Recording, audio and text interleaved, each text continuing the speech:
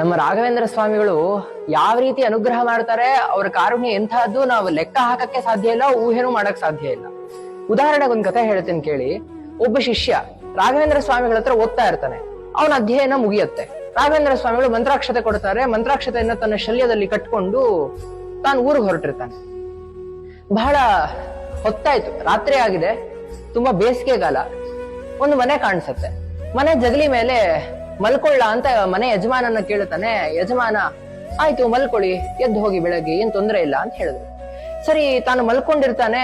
ಅವತ್ತೇನಾಗಿದೆ, ಈ ಮನೆ ಯಜಮಾನನ ಹೆಂಡತಿಗೆ ಮಗುವಾಗುವಂತಹ ಸಮಯ. ಅವಳು ಗರ್ಭಿಣಿ ಆಗಿತ್ತು. ಪ್ರತಿ ಸಲ ಏನಾಗ್ತಿತ್ತು ಅಂತಂದ್ರೆ, ಒಂದು ಪಿಶಾಚಿ ಬಂದು ಯಜಮಾನನ ಮಕ್ಕಳನ್ನೆಲ್ಲ ಕೊಂದು ಬಿಡ್ತಾ ಇತ್ತು ಪ್ರತಿ ಸಲ.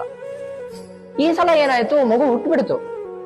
ಯಜಮಾನನಿಗೆ ಒಂದ್ ಕಡೆ ಆಶ್ಚರ್ಯ ಆಗ್ತದೆ, ಒಂದ್ ಕಡೆ ಖುಷಿ ಆಗ್ತದೆ, ಮಗು ಹುಟ್ಟಿದೆ ಅಂತ ಖುಷಿ, ಒಂದ್ ಕಡೆ ಮನಸ್ಸಲ್ಲಿ ಆಶ್ಚರ್ಯ. ಇಷ್ಟೊತ್ತಿಗೆ ಹೊರಗಡೆಯಿಂದ ಅಳೋ ಶಬ್ದ ಬರ್ತಾ ಇದೆ. ಹೋ ಅಂತ ಯಾರೋ ಕೂಕೋತಾ ಇದ್ದಾರೆ.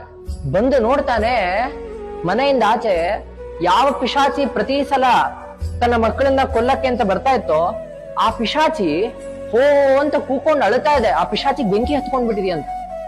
ಆ ಪಿಶಾಚಿ ಮಾತಾಡ್ತಂತೆ, ನಾನು ಪ್ರತಿ ಸಲ ನಿನ್ ಮನೆ ಒಳಗ್ ಬಂದು ನಿನ್ ಮಕ್ಕಳನ್ನೆಲ್ಲ ಕೊಲ್ತಾ ಇದ್ದೆ, ಅದೇ ರೀತಿ ಈ ಸಲನು ಮನೆ ಒಳಗ್ ಬರೋಣ ಅಂತ ಪ್ರಯತ್ನ ಮಾಡಿದೆ, ಆದ್ರೆ ನಿನ್ ಮನೆ ಸುತ್ತಲೂ ಬೆಂಕಿ ಕಾಣ್ತಾ ಇದೆ ನನಗೆ. ಆ ಮನೆ ಒಳಗಡೆ ಬರಕ್ ಹೋಗಿ ನನ್ನ ಮೈಗೆಲ್ಲ ಬೆಂಕಿ ಹತ್ಕೊಂಡು ನಾನು ಸತ್ತು ಹೋಗ್ತಾ ಇದ್ದೀನಿ ಅಂತ. ನೋಡಿದ್ರೆ ಏನಾಗಿದೆ, ಆ ಶಿಷ್ಯ ಏನು ಮಂತ್ರಾಕ್ಷತೆ ತಂದಿದ್ದ, ಆ ಮಂತ್ರಾಕ್ಷತೆ ಅದಕ್ಕೆ ಬೆಂಕಿ ತರ ಕಂಡಿದೆ.